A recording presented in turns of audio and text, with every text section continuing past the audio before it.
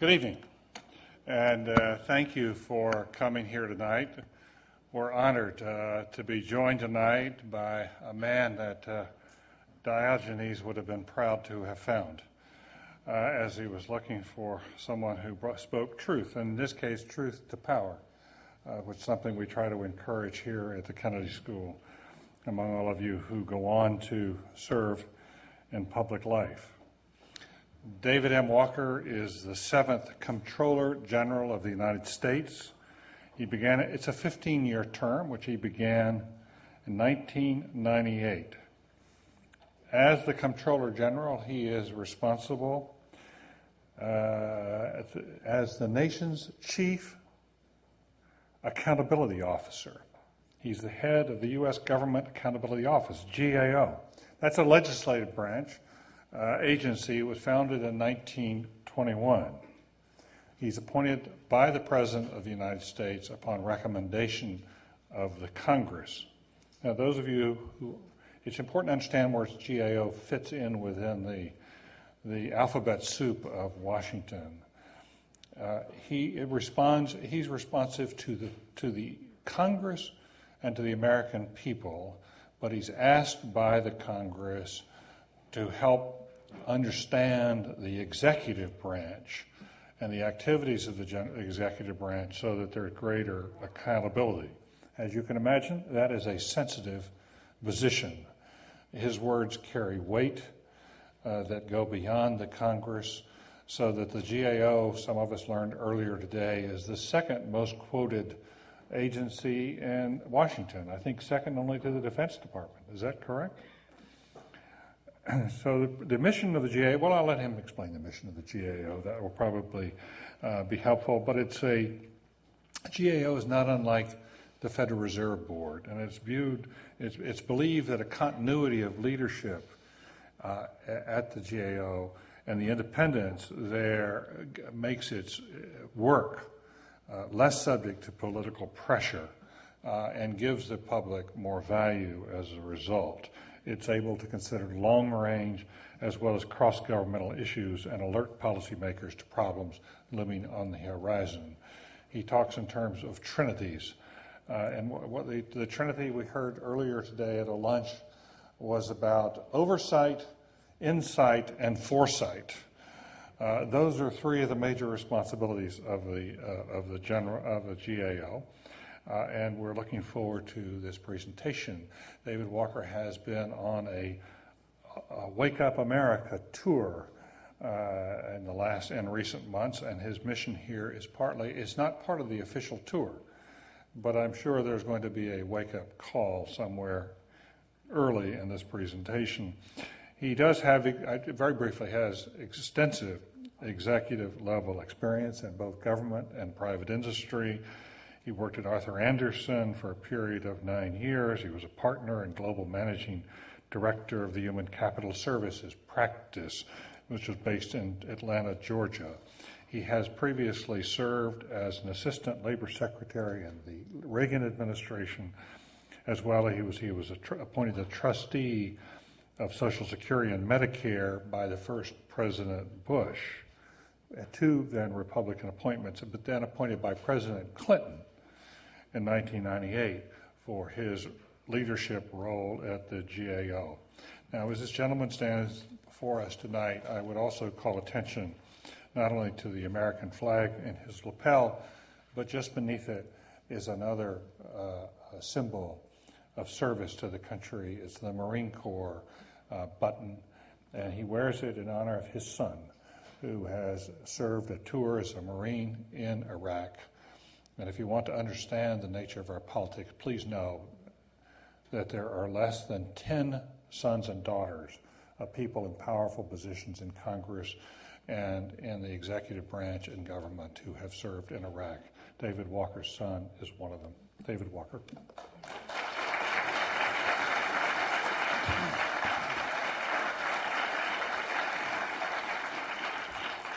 Thank you, Dave. It's good to be back at the Kennedy School. I have two individuals that I look to for inspiration in the 20th century, both of which are graduates of the Harvard University. One is John F. Kennedy, and the other one is Theodore Roosevelt. And if you hear me quote them once or twice during this talk, you'll know why. I had the good fortune of being able to attend the Senior Management and Government program here in 1986. It was a life-changing event, and I've always enjoyed the opportunity to get back from time to time. You know, GAO only has 3,200 employees, but we have over 50 with degrees from Harvard and over 50 with certificates from Harvard. And I'm pleased to say that that number is going up at a fairly rapid clip. We cannot have enough graduates from Harvard as far as I'm concerned, and I hope to see that trend continue. You know, we've got a special relationship as well because all of our candidates for the senior executive service are given an opportunity to come here to Harvard for an executive development program, and most of them choose Harvard as their choice when they're given a potpourri or a menu of choices. Most of them have chosen Harvard, and I'm fairly confident they'll continue to as long as this program holds up. I want to thank Pete Zimmerman, who's helped to make this happen. You see a number of good friends here, as well as Senator Graham and his wife Adele, and a lot of other friends here. Thank you for attending. Let me just note that now more than ever, federal departments and agencies need men and women of ability and character who can think critically and creatively. And that Harvard has delivered on this in the past, in particular the Kennedy School with regard to public service, and I'm confident it'll continue to. And while getting a degree from Harvard or a certificate from Harvard is clearly a milestone and something that everybody should be proud of, it's not enough. As one of the alums from Harvard said, Theodore Roosevelt, he pointed out that in addition to solid education, it's character that counts. And you have to be in the arena of life in order to fully experience it and to really make a difference. And that's true with regard to the public sector. You know, there are plenty of organizations that will argue, gee, come to work for me in the private sector, we'll let you be able to do work with regard to government. There's a difference if you're on the outside looking in or if you're on the inside on the front line. And I can tell you I've been on both, and there is a fundamental difference. In 2006, we will celebrate 240 years since the Declaration of Independence. The United States has much to be proud of and much to be thankful for during that 240-year period. Today, we're the world's oldest democracy, and we're the sole superpower on earth, with unparalleled economic, military, foreign policy, and cultural influence. Our overall standard of living remains high. Compared to most nations, the United States ranks well on measures like personal income, public literacy, post-secondary education, and home ownership, just to name a few. The United States is the beacon of liberty around the world, and Americans enjoy personal and political freedoms that are the envy of the world.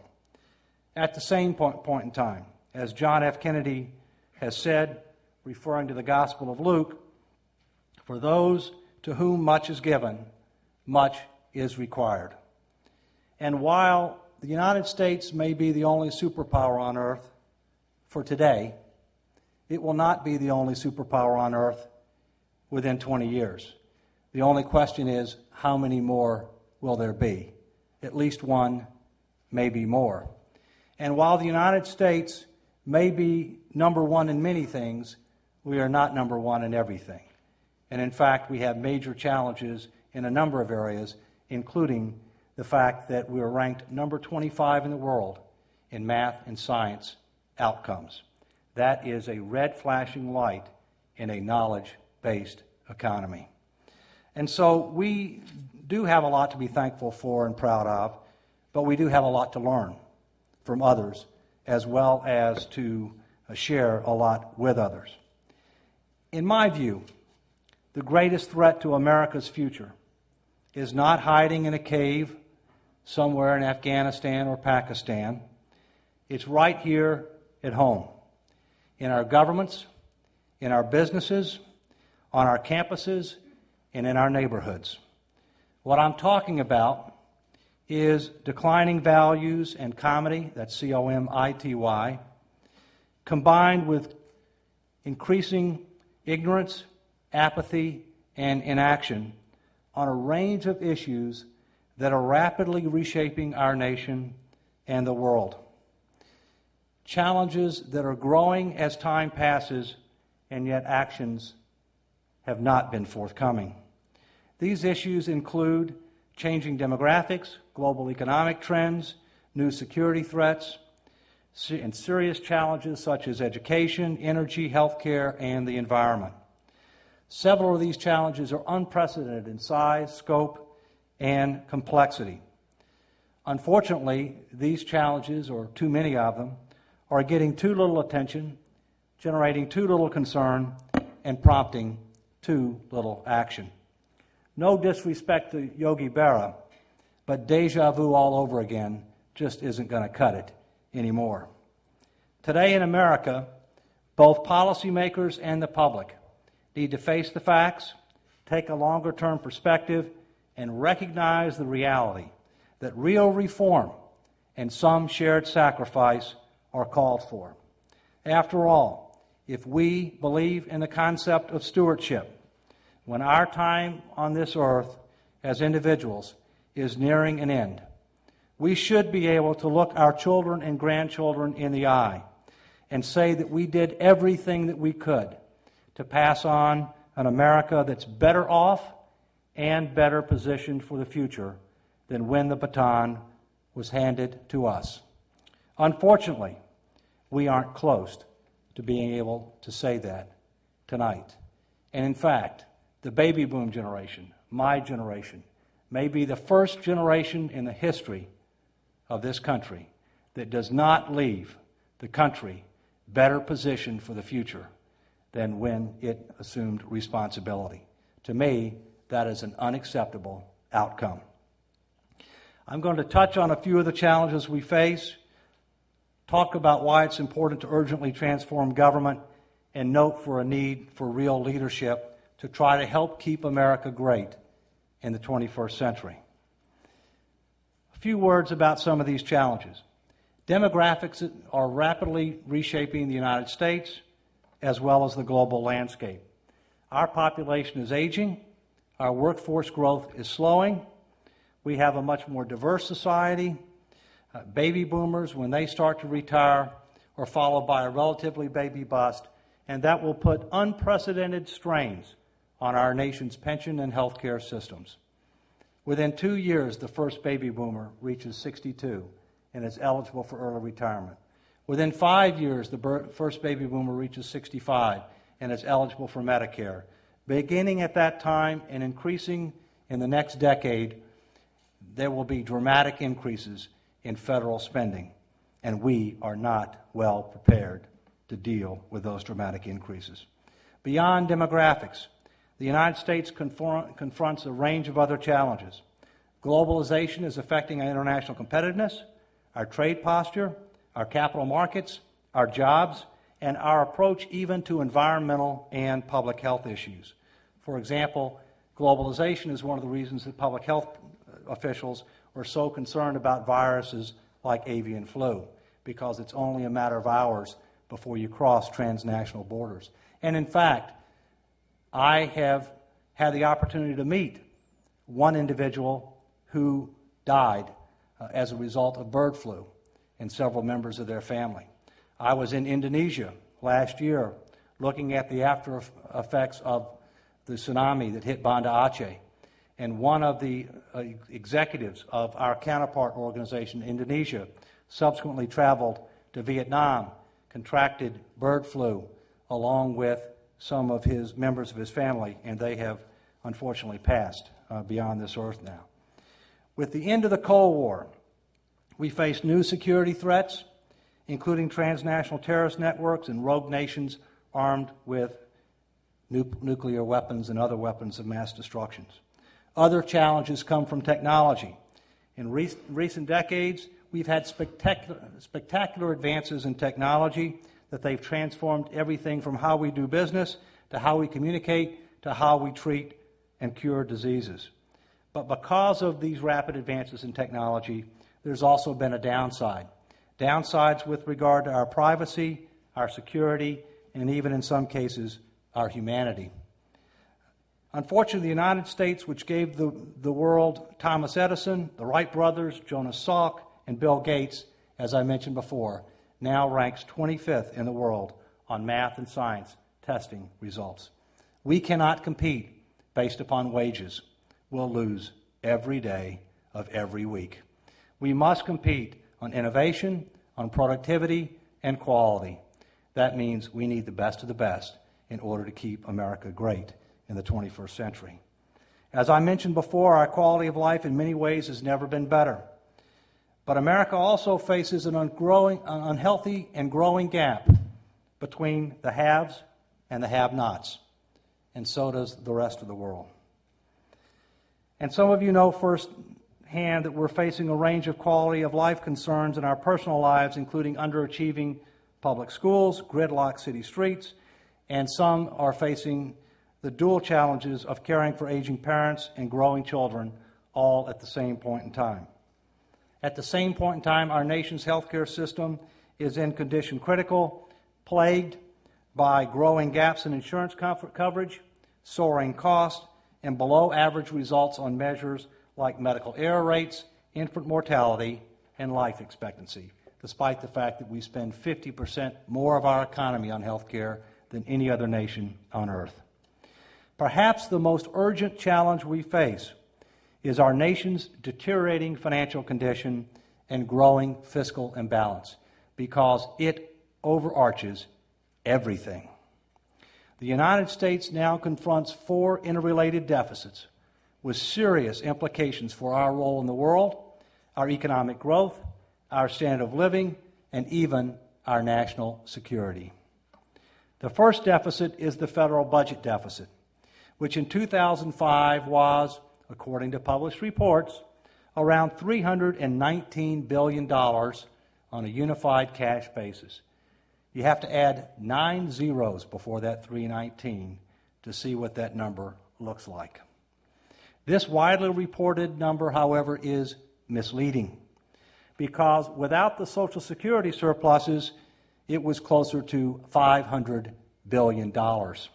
Furthermore, on an accrual basis, as noted in the government's financial statements, the 2005 deficit was $760 billion.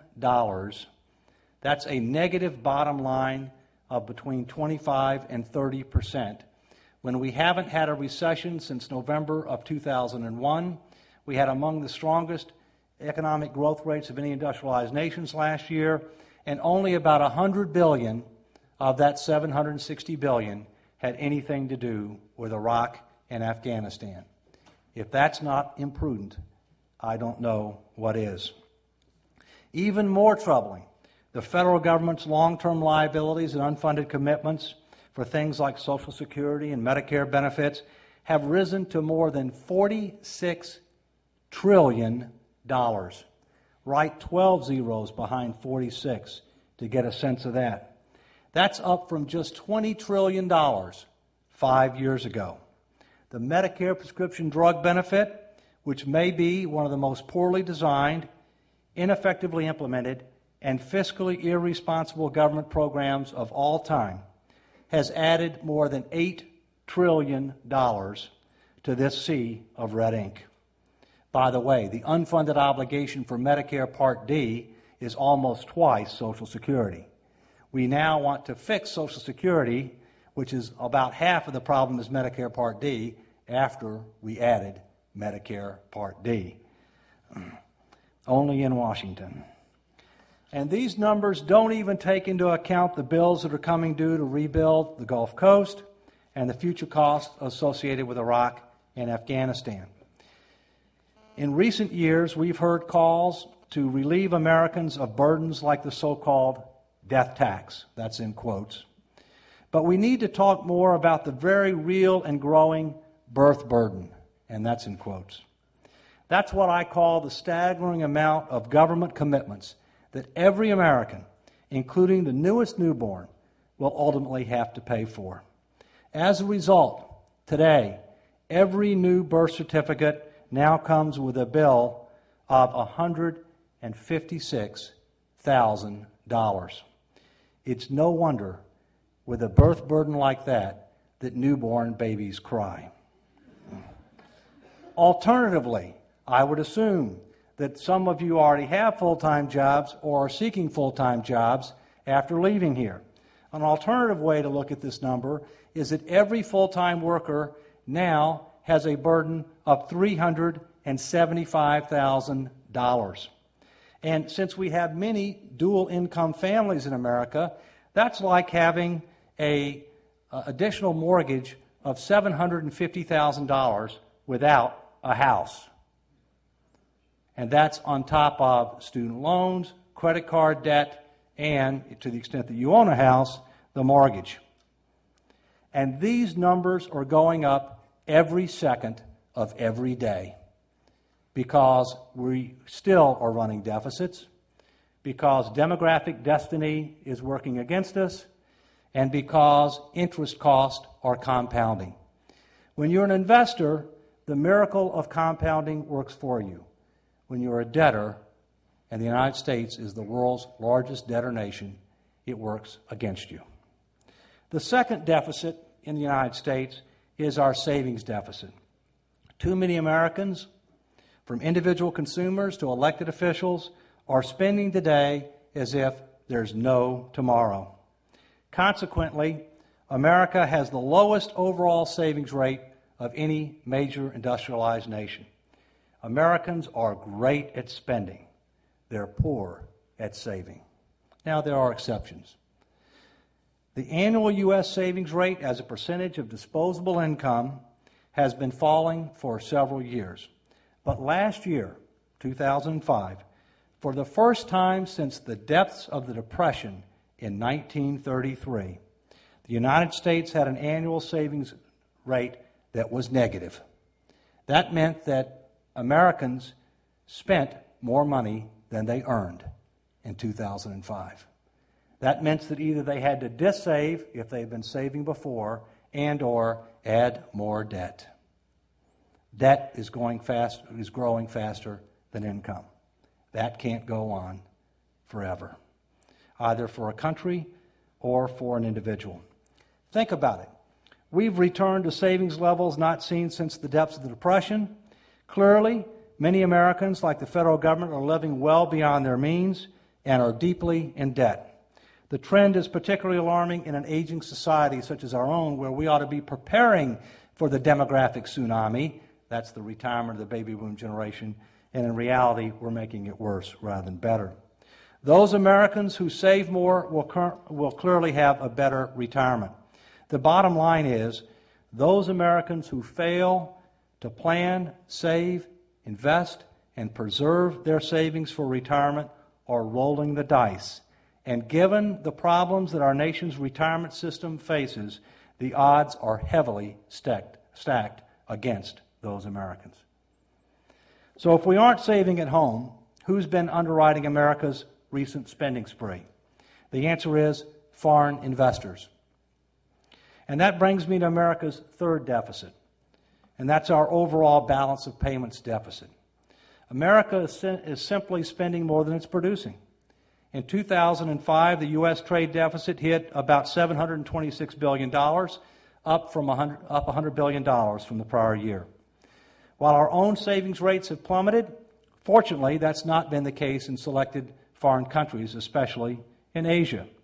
Thanks to the high savings rate in China, Japan, and elsewhere, it's been relatively cheap for America and Americans to be able to borrow. But there's a catch, and there's a big one. Increasingly, we are mortgaging our collective future to foreign lenders. And some of these foreign lenders may not share our long-term economic, foreign policy, and national security interest. Imagine what would happen to interest rates on Treasury securities if foreign investors suddenly decided to buy fewer U.S. government securities, or worse yet, decided to sell off some of their U.S. holdings. We would have to raise interest rates because it's not a matter of if we have to borrow, but at what rate we have to borrow. and then the vicious cycle begins. Finally, there's our fourth deficit, and it's probably the most serious and sobering of all. And what I'm talking about is America's leadership deficit. Not enough key policymakers are concerned about America's growing fiscal imbalance and other long-term challenges that are known and growing and have been for some time. As a result, there have been pitifully few calls for making tough choices or engaging in fundamental reform.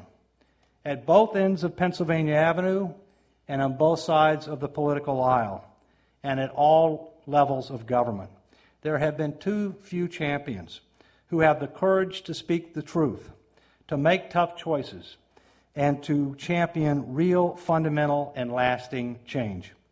Instead, the government's continuing lack of fiscal discipline and business-as-usual attitude has made our long-term situation even worse.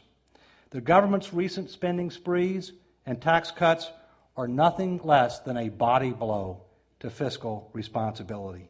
Candidly, tax and spend policies aren't appropriate, but tax cut and spending hikes at the same time is not prudent. The truth is, if our nation had to take a fiscal fitness test today, it would flunk. It wouldn't be close. Unfortunately, Wall Street and the business community are not as vocal on this issue as they have been in the past. Stated differently, they are largely missing in action. Both government and the private sector tend to suffer from dual afflictions of myopia or nearsightedness and tunnel vision. At the same time, the private sector really does have a dog in this fight, because if government keeps on its present course, companies are going to have to pay a big price, such as rising tax burdens, higher interest rates, and/or slower economic growth. What we've got going are the elements of a potential perfect storm, a mix of ignorance, apathy, and inaction at all levels and in many sectors of American society. If we continue on our present course, it's not a matter of if we'll face a fiscal crisis, but only a matter of when and how bad. If our nation is to be prepared for the challenges and changes that lie before us, government transformation is essential. The challenges that I've discussed aren't partisan, and the solutions won't be partisan either. In my view, the first order of business is to restore fiscal discipline. The first rule of holes is that when you're in a hole, you stop digging. So it would be wise to learn from that basic lesson. Right now, we need to set realistic spending caps and reimpose pay-as-you-go rules on both the spending and the tax side of the ledger. We also need to implement some triggers to alert policymakers of excessive spending and tax expenditures in order to facilitate a long overdue and much needed review of the base of federal government, including mandatory spending and tax expenditures. Members of Congress should have more explicit information on the long-term cost, affordability, and sustainability of both spending proposals and tax cuts before they vote on them. Had that been the case for Medicare Part D, it never would have passed. The new Medicare prescription drug benefit has become the poster child for needed changes in this area.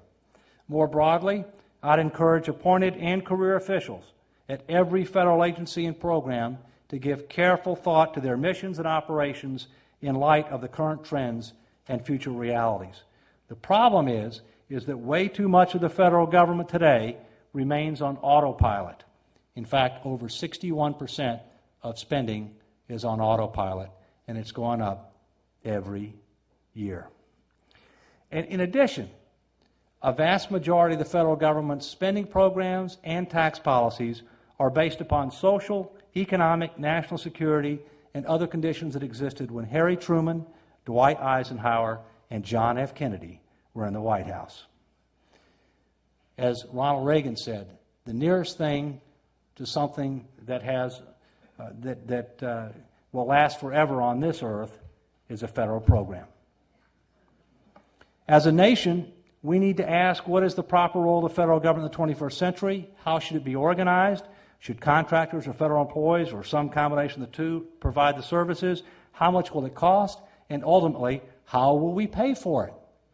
Because in the final analysis, you ultimately have to have enough revenues to pay your current bills and deliver on your future promises. And the numbers have to add up. Nothing less than a top-to-bottom review of federal programs and policies is needed to determine which ones are meeting their objectives and to free up resources to meet higher priorities. Congress and the President need to decide which policies and programs remain priorities, which should be overhauled, and which have simply outlived their usefulness. Entitlement reform is absolutely essential. We need to restructure Social Security, Medicare, and Medicaid to make these programs solvent and sustainable for current and future generations. We also need to re-engineer the base of federal spending and tax policies. To help in this effort, the GAO last year published an unprecedented document entitled 21st Century Challenges, Re-examining the Base of the Federal Government. Anybody who is interested in public policy, anybody who cares about their country, and if you have children and grandchildren like I do, or ultimately will, should read this document. It can be found on our website, which is www.gao.gov. I should stress that while we're not the policy makers, we do provide valuable input into the policymakers to try to help them make timely and informed judgments on a range of issues, and GAO's input is of growing importance in today's highly partisan, polarized, and myopic Washington, D.C. I should also note that I hope that GAO's work will encourage the development of a set of key national indicators.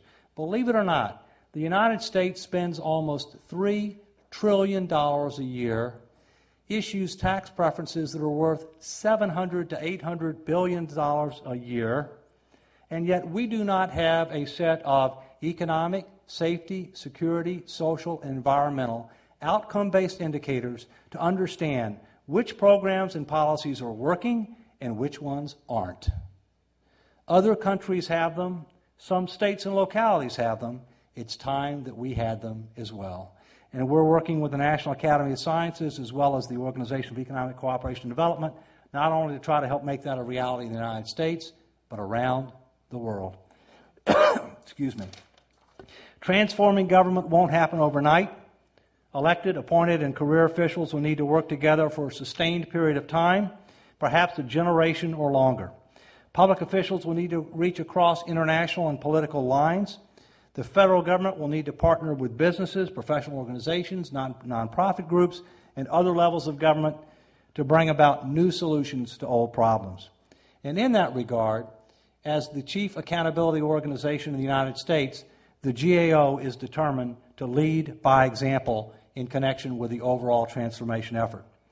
In recent years, we've undertaken a number of changes in order to improve our own economy, efficiency, effectiveness, transparency, and accountability.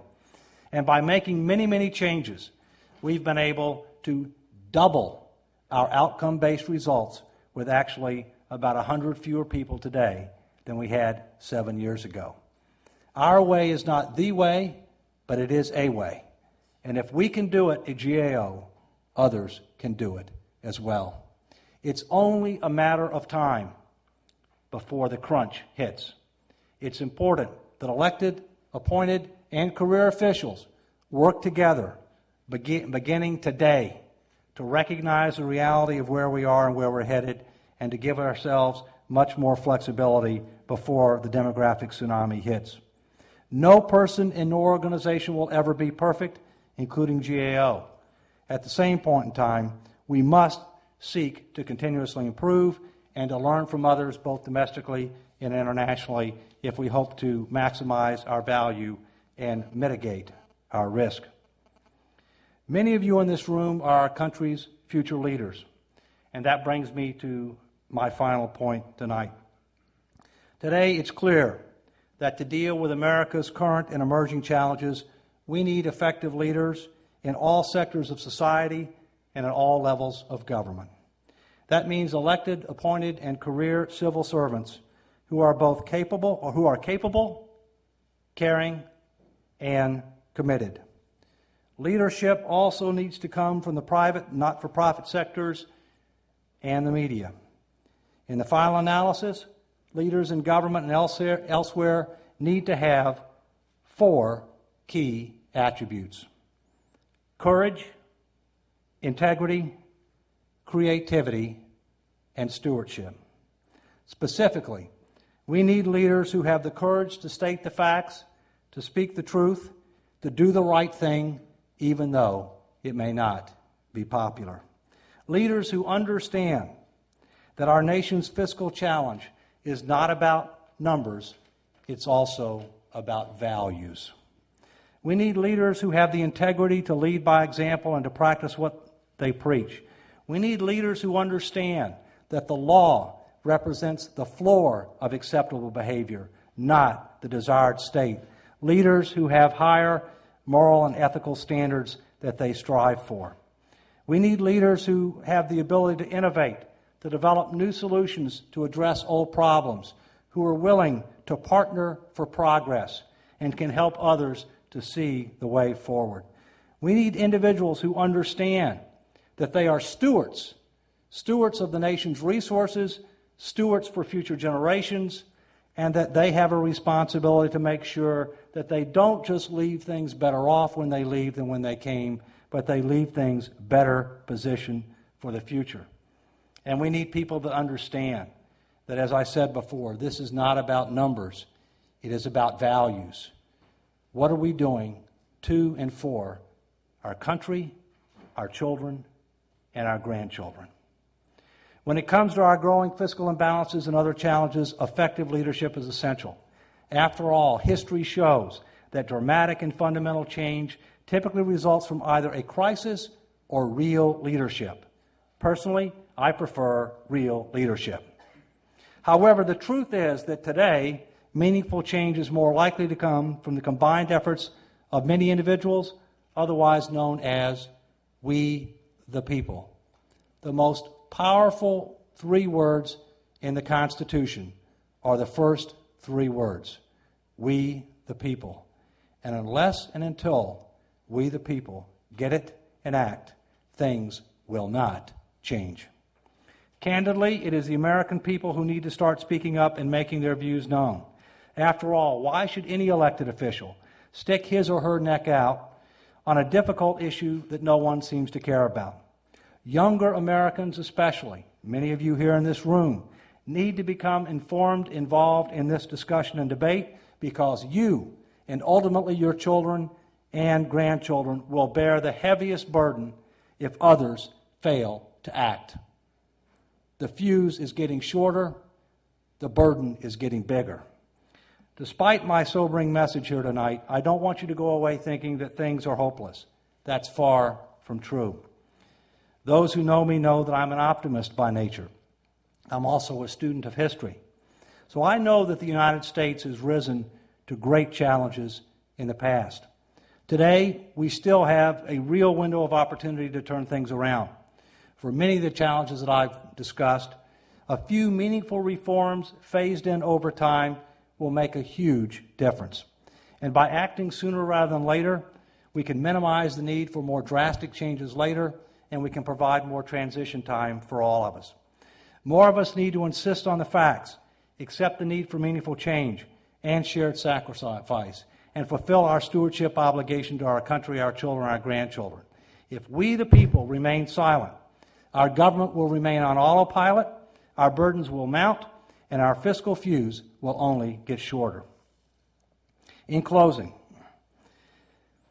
President Kennedy said in his 1961 State of the Union address, "To state the facts frankly is not to despair of the future, nor indict the past. The prudent heir takes careful inventory of his legacies and gives a faithful accounting to those to whom he owes an obligation of trust. We do have no greater asset than the willingness of a free and determined people through its elected officials to face all problems frankly. The time has come for us to heed these words of wisdom and to take this advice to heart, especially in connection with our nation's growing fiscal challenge. Also, as Teddy Roosevelt said, fighting for the right cause is the noblest sport the world affords. Let us work together to address these large and growing challenges, to build a better world, and to help keep America great in the future. Thank you.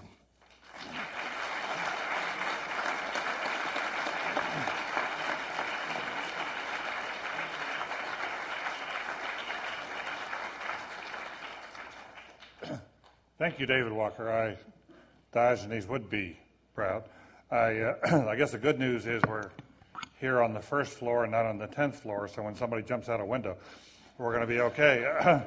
I'd like to come back. You said this was mostly about values, not numbers, but there are a couple of numbers built into your talk that I'd like to just, if you could, so all of us are on the same page and help us to understand. First of all, what difference does it make when you talk about a deficit being 319, when you talk about it being on an accrual basis 760? What difference does that make? Could you help everybody understand that?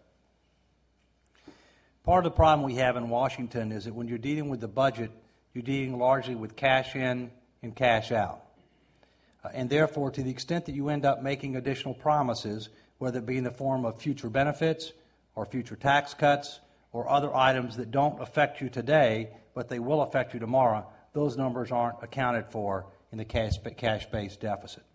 So therefore, if you look at how we're doing on a cash basis, it may look like we're doing better.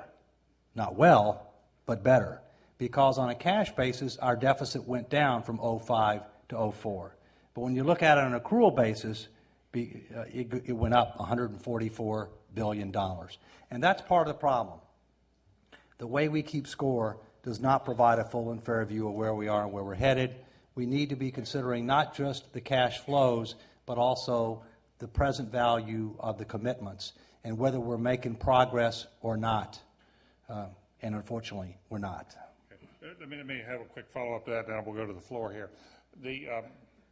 I think the most startling numbers I heard were that our unfunded liabilities for the federal government 5 years ago were $20 trillion and now have risen to $46 trillion, of which the Medicare prescription drug program does account for 8. But that still leaves a whole lot else to explain. Could you help us understand how we went from 20 to 46?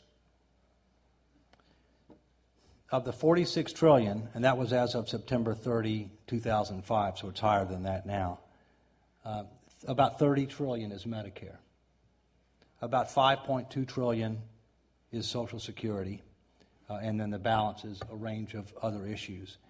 The Medicare prescription drugs is 8.7 trillion of the 30, and of the increase, because it did not exist in 2000, as you know. Medicare and Social Security didn't they? Correct, but the numbers have gone up, and they've gone up for several reasons.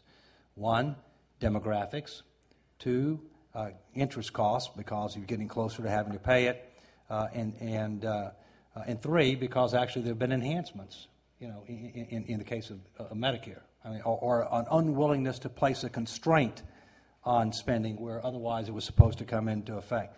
Now, another way to look at 46 trillion, the estimated net worth of every American in the United States, including Bill Gates and Warren Buffett, including home equity, is $51 billion.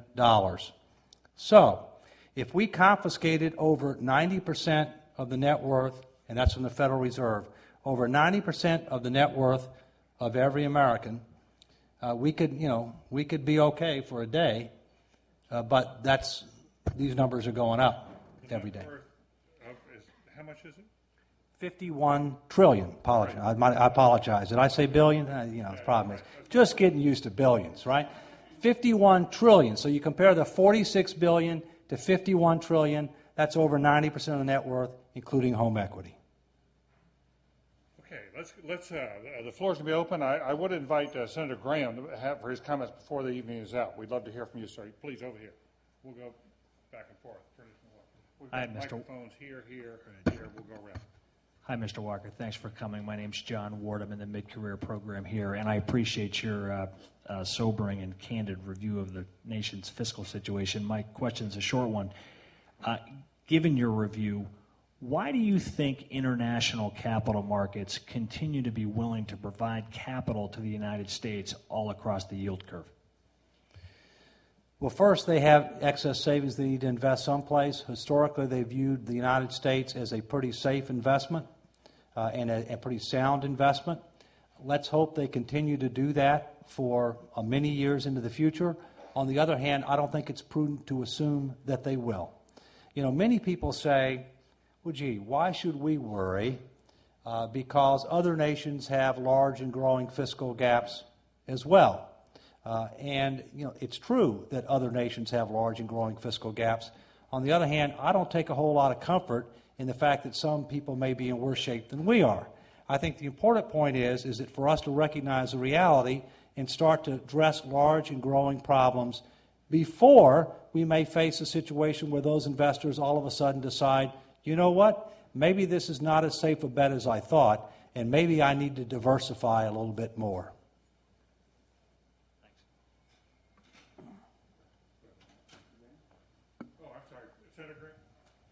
Well, first, I want to commend David Walker as his presentation, his strength, his style indicates he is a Floridian.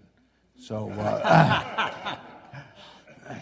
second, I greatly admire the fact that he has been one of the few people in Washington who's been willing to absolutely tell the truth on a whole array of issues.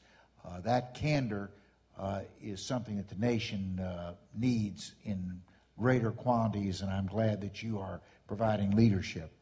Let me just add one other deficit to your list of four, and that is the deficit in America's infrastructure. We are rapidly using up many of our basic systems. Katrina, more than anything else, was a result of the fact that we did not make an investment in adequately building and maintaining those levees which broke, and now we have the enormous cost of the consequences of that failure to invest in infrastructure.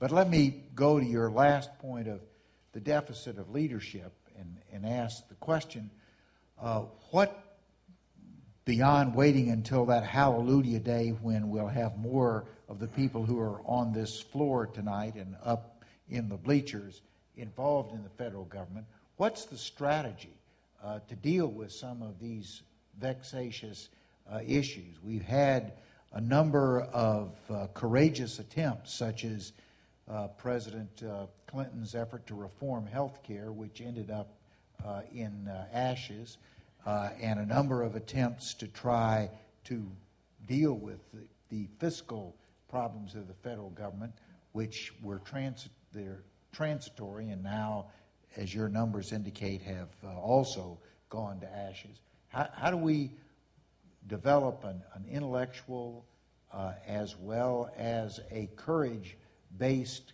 capacity to deal with some of these long-term issues? I'm a big believer that you can't make dramatic and fundamental change either within an organization or within a country unless and until a majority of the American people or a majority of the key stakeholders recognize that it is essential to do so and it's prudent to do it sooner rather than later. We're not there yet.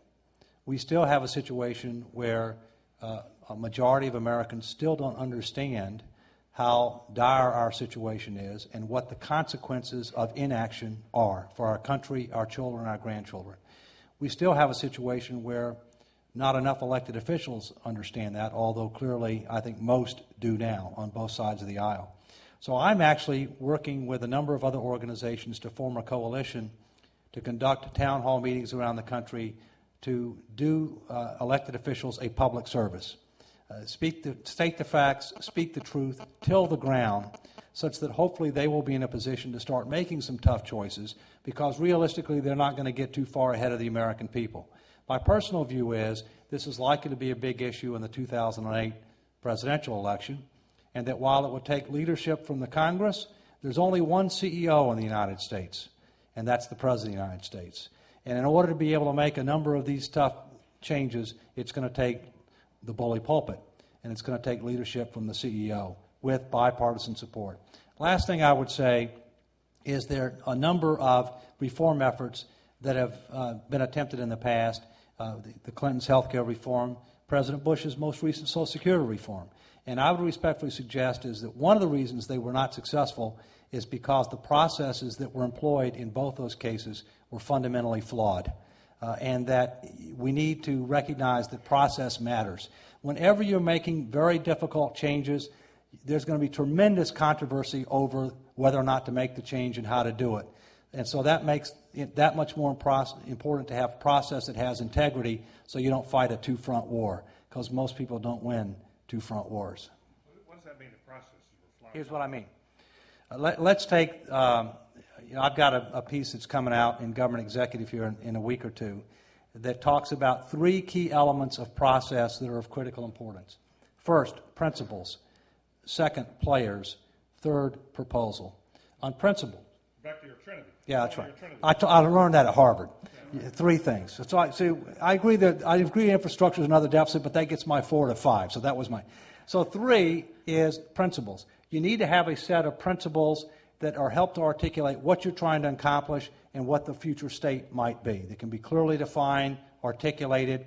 The president had ownership society. That may or may not have been one of the principles, but what about security, adequacy, sustainability, things that resonate, quite frankly, a lot more, especially given the state of our pension and savings systems.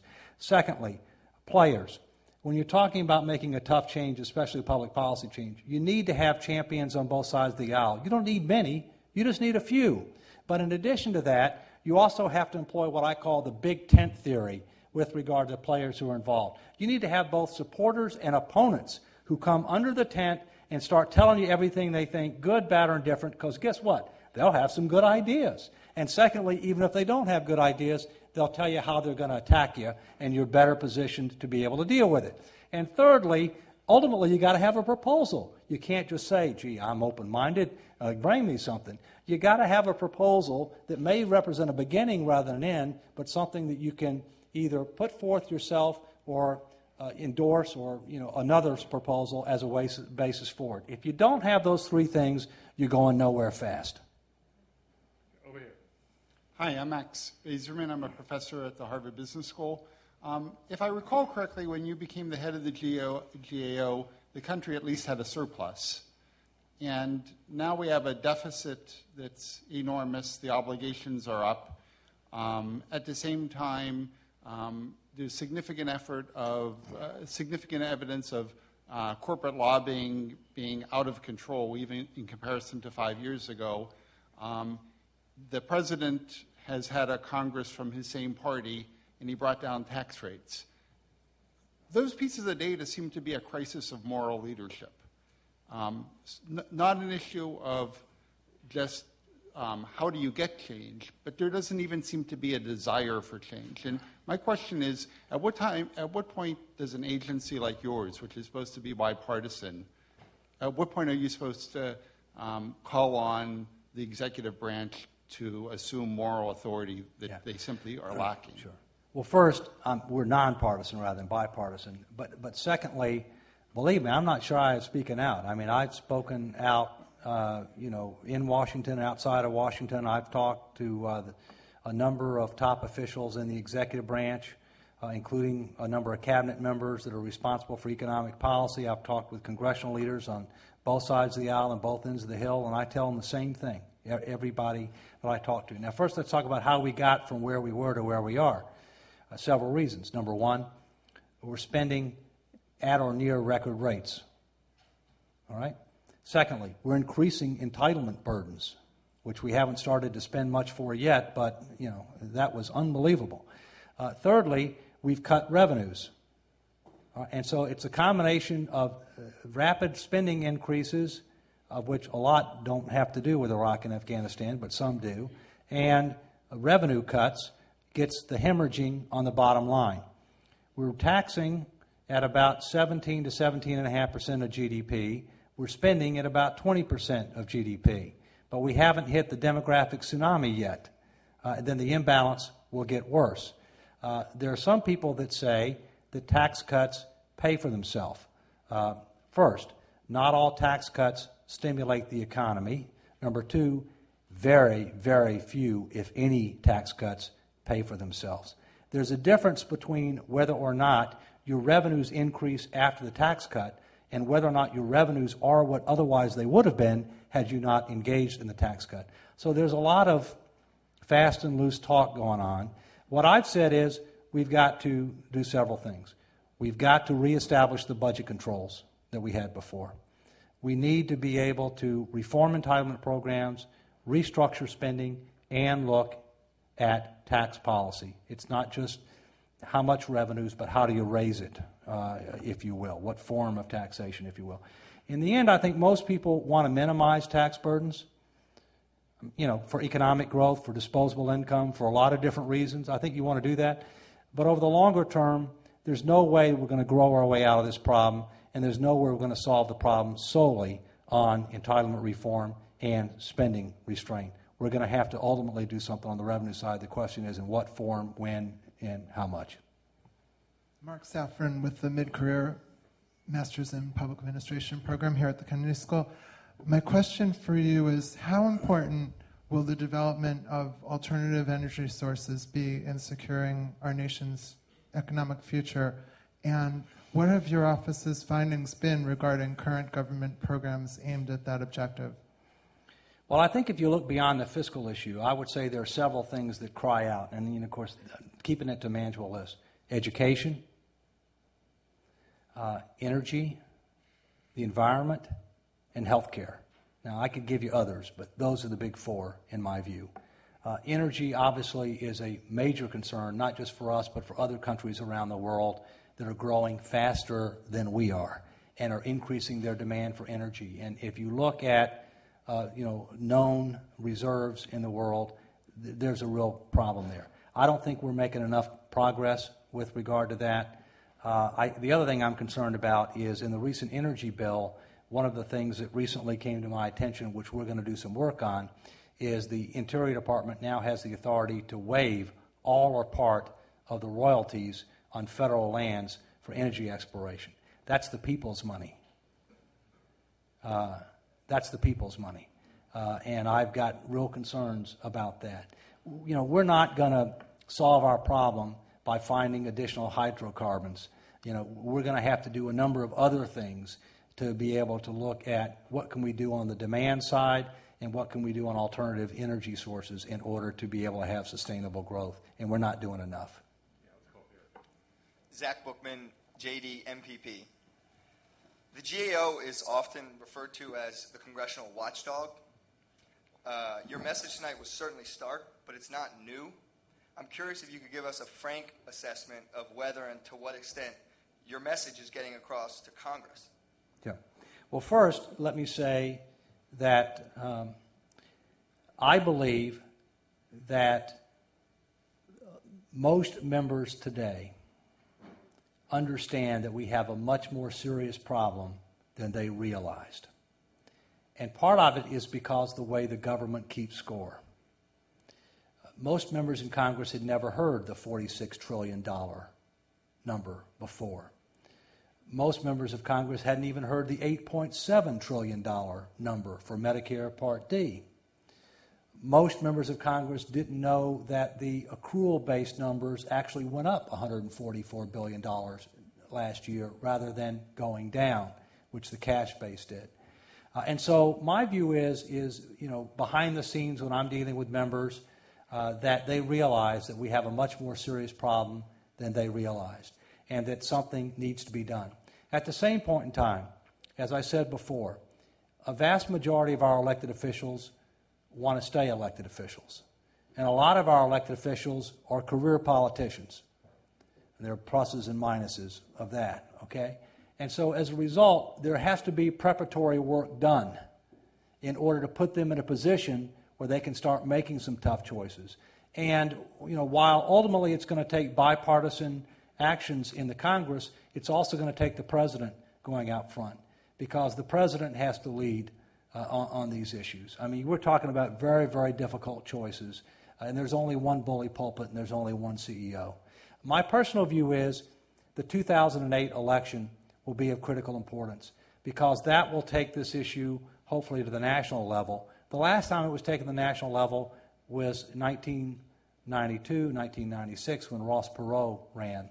And that had an impact on the Clinton administration, I can assure you, on making this a higher priority. We'll go up here and take a couple more. Hello, my name is David. I'm MPP1. I'm from the Netherlands. And in Europe, we have very similar problems. My question would be, is there any way that our countries can work together in this, both in trying to find solutions as well as trying to mobilize people to address the problem? The answer is yes. One of the things, in addition to being the CEO of the GAO and head of the accountability community in the United States, I'm also head of strategic planning for auditor generals around the world and on the board of that international organization. We regularly talk about common challenges. My view is about 85% of the challenges we face in the United States, other countries face, that there's something to be learned from each other, share successes, avoid common mistakes. In April, I'm going to be going to Ireland to meet with 17 of my counterparts, including the Netherlands. Those 18 countries represent 75% of global GDP. We get together 3 days every year to share common experiences, and we do have a lot to learn from each other. In the United States, we are much more transparent than other countries are. On the other hand, we also are behind some other countries in dealing with some of these challenges, and we need to catch up. David, I wanted to ask you a question by adding another deficit. You mentioned 4 deficits. Senator Graham added another, a 5th deficit. 6th deficit is the attention deficit in this country, what I call the attention deficit. And, I mean, I've seen this portrayed in a number of ways. I have a cartoon on my door where it says budget deficit, trade deficit, Medicare deficit. Then there's a guy sitting in front of his TV with a beer, and he's flicking the channel on the TV, and it says attention deficit. Now, I mean, all of the things that you are saying, how do we actually galvanize the public in this country to really pay attention to these things, to understand them, to care about them, to understand how big $1 trillion is, not to mention $46 trillion? How can we, everyone in this room, do it, and what can be done to actually change the way we think about this? Well, the first thing is, I think when you deal with numbers that big, you have to translate it into per-person numbers.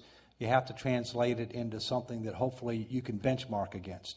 For example, the average income in the United States is $50,000.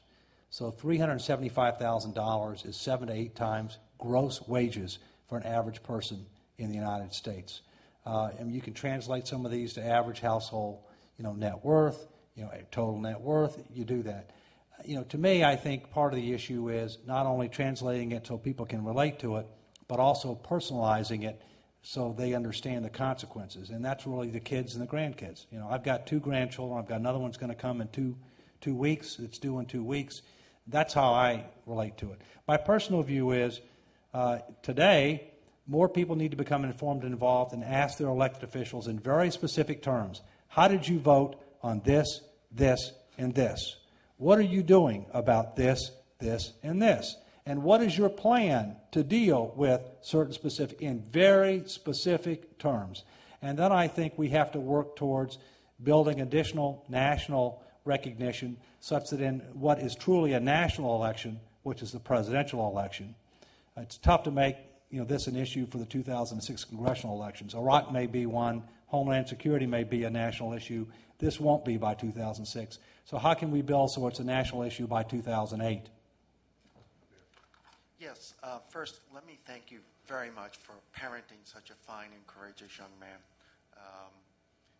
No matter where we as Americans stand on this war, we are behind our soldiers.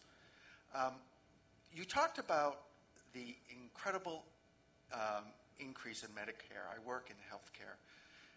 Where exactly do you see specifically where the constraints on Medicare ought to be? Okay. Well, first, I don't think we have a Medicare problem. I don't think we have a Medicaid problem. I think we have a health care problem. I think the biggest driver to the health care, to the fiscal imbalance is health care, even more than demographics. And I think if you look at health care, It's a huge problem at the federal level. It's a huge problem at the state level. The fastest growing cost for most states is Medicaid.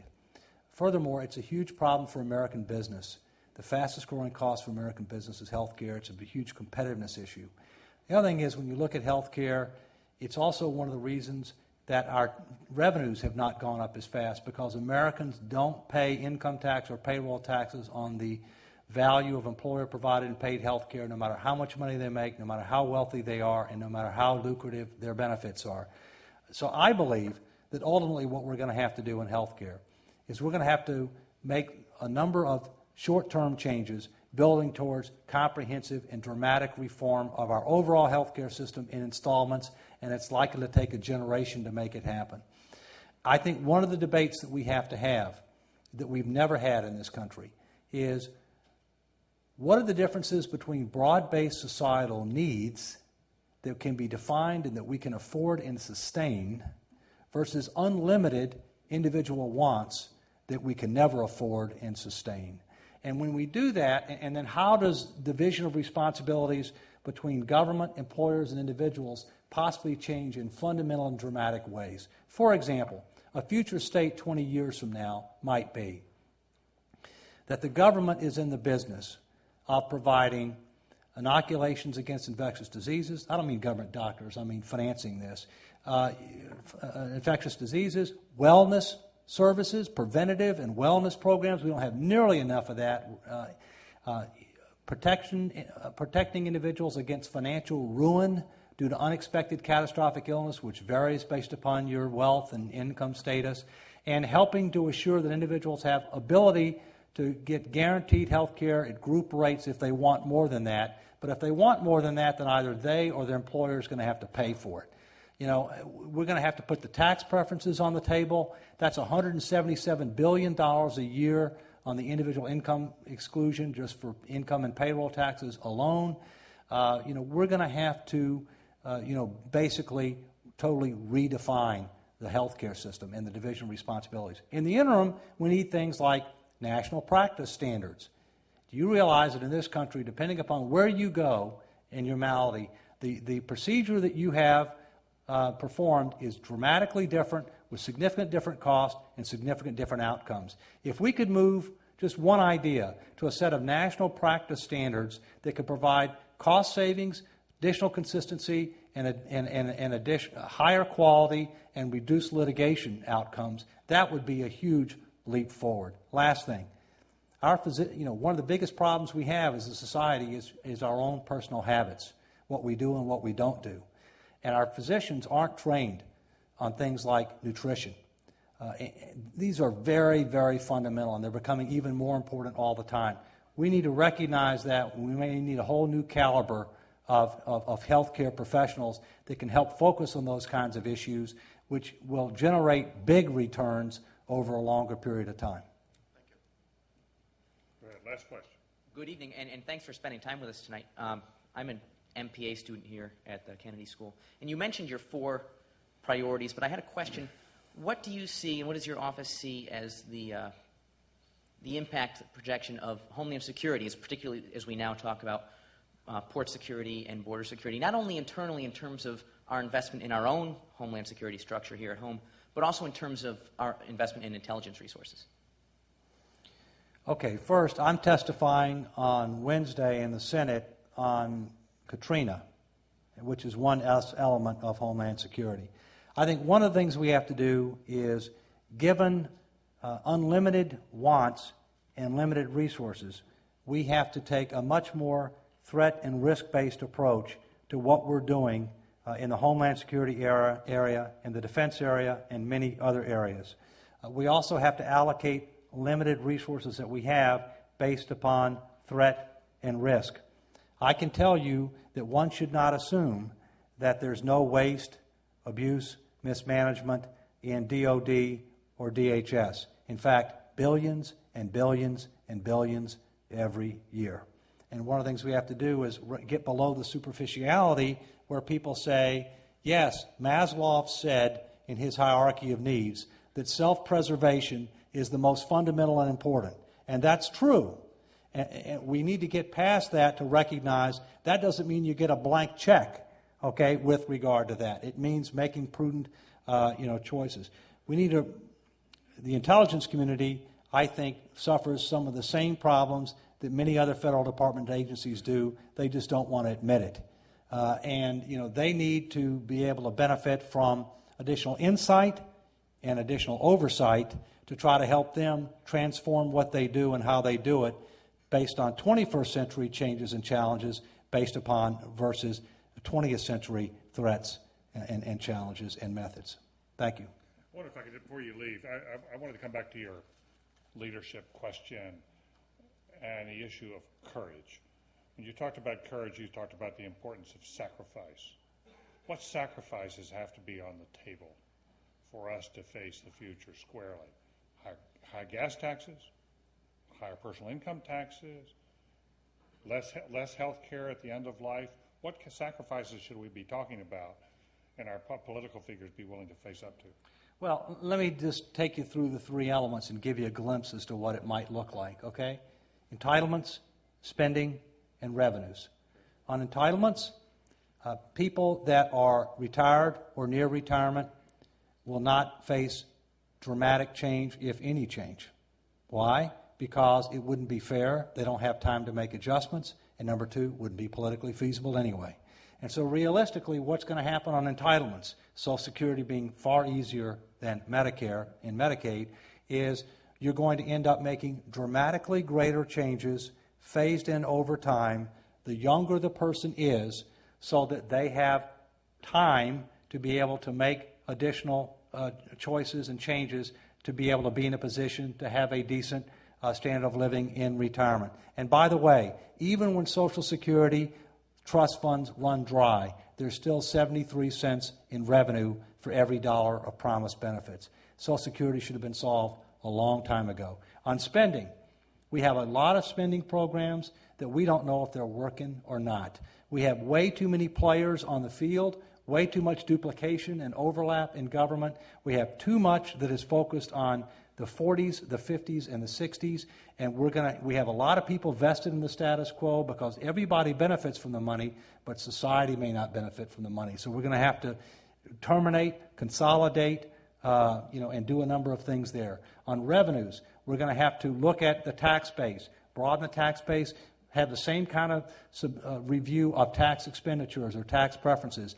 And in the end, there's going to have to be more revenues, because you're not going to be able to solve the problem solely on the spending side.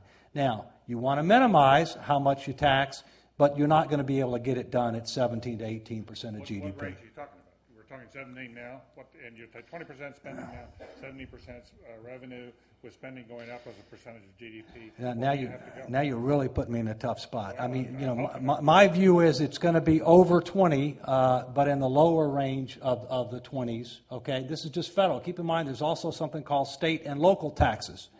All right, and keep also in mind that bad news flows downhill, and to the extent that state and localities think that that the current trend at the federal level is going to continue, they're wrong. So they face a crunch too. But you're talking 3 to 4%, maybe 5% as a percentage of GDP increase in tax burden? Over time.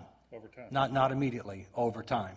But so are you really saying, hey, we're going to phase in Social Security reform, and we're going to phase in tax reform, we're going to do it over time, so the baby boom generation is going to make sure it doesn't hit them, we'll make sure it hits the generations coming up?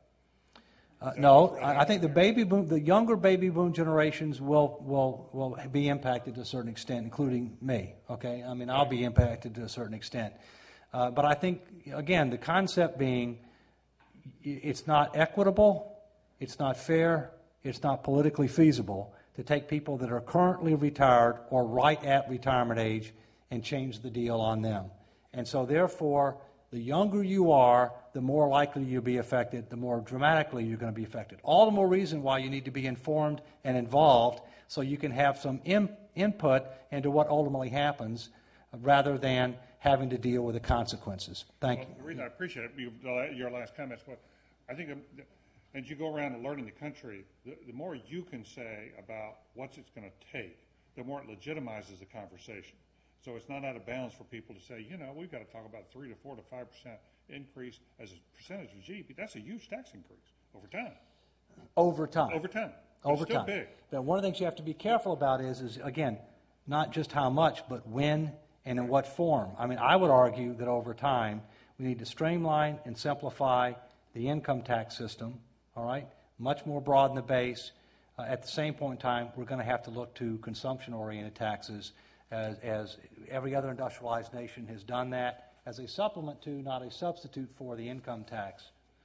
David Walker, we thank you for coming tonight and putting it on the line. Thank you.